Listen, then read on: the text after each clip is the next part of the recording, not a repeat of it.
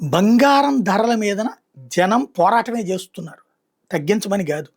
అలాగే ఉండాలి అని కోరుకునేటటువంటి పరిస్థితి. ఎందుకంటే ఇప్పుడు లక్షల్లో పెట్టి తీస్తున్నారు. 1,10,000, 1,20,000 ఇట్లాగా. చివరికి కొంతమంది అప్పు తెచ్చి చేస్తున్నారు, కొంటున్నారు. వెండి గాని, బంగారాన్ని గాని. అట్లాగే కొంతమంది ఆస్తులమ్మి మరీ కొంటున్నారు. ఆస్తులు తాకట్టు పెట్టి అర్జెంట్‌గా నేను ఇదివరకు హైదరాబాద్‌లో జాబ్ చేసేటటువంటి సందర్భంలో ఈ జీరో అకౌంట్, సాలరీ అకౌంట్స్ ఇస్తారు కదా! అట్లాగా ఒక 5, 6 దాకా ఉన్నాయి. అవి క్లియర్ చేపిచ్చేసుకొని అదేమైపోతుందంటే దాంట్లో మినిమమ్ బ్యాలెన్స్ లేకపోతేనే పెనాల్టీలేస్తున్నారు. ఆ అకౌంట్లు అట్టగబెట్టి కూర్చోవాల్సొస్తుంది. అందుకని క్లియర్ చేయించడానికి అని చెప్పి నేను ఈ పని అవ్వలేదు గానీ, ఈలోపు ఆ బ్యాంకులో చూస్తే బంగారాలు పట్టుకొచ్చి తాకట్టు పెట్టి అప్పులు తీసుకుంటున్నోళ్ళు, అట్లాగే మార్ట్‌గేజ్ లోన్స్ విపరీతంగా ఎగబడుతున్నారు. ఏంటంటే బంగారం కొనుక్కోవడం, వెండి కొనుక్కోవడం. కుప్పలు తెప్పలు అక్కడ ఎట్టుకోవాలి.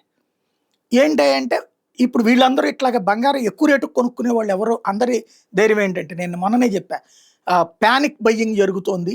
కరోనా టైంలో ఎట్లయితే నిత్యావసర వస్తువులు ఎగబడి కొనేసుకున్నారో అట్లాగే ఇప్పుడు పానిక్ బయ్యింగ్ జరుగుతోంది.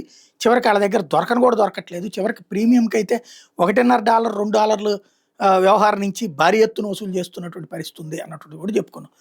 ఇప్పుడు అసలు విషయం ఏంటంటే పబ్లిక్ ఏమంటారంటే ఏం కాదు బంగారం తగ్గుతుంది కానీ 5,000, 10,000 తగ్గుతుంది తప్పించి లక్షల్లో ఏం తగ్గదు, 30, 40,000 ఏం తగ్గదు. అట్లాంటప్పుడు ఈ రేట్లో కొన్న నష్టమే ఉంది. ఇది వాళ్ళ ధైర్యం.